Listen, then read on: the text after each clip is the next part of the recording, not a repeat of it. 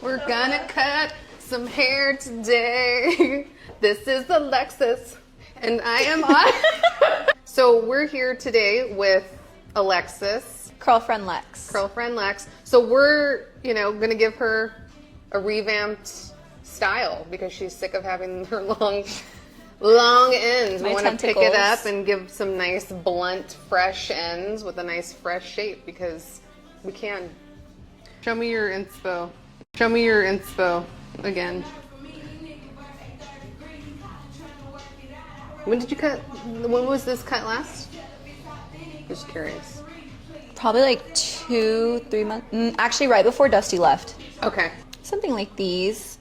Okay. Yeah, so basically almost like a long oval type feel to it. I think I like more straight across. Yeah. For like a bob vibe. Okay. So you can do the straight across. You have more action right in here. Yeah. And then we move that out of the way. It gets a little bigger, a bigger wave in here. So we got to do some really light layering in these pieces just to kind of combine that a little bit more without taking too much, and kind of going sloped, losing your corner. Yeah, I've been jellyfishing it lately. Like right around in here. Perfect.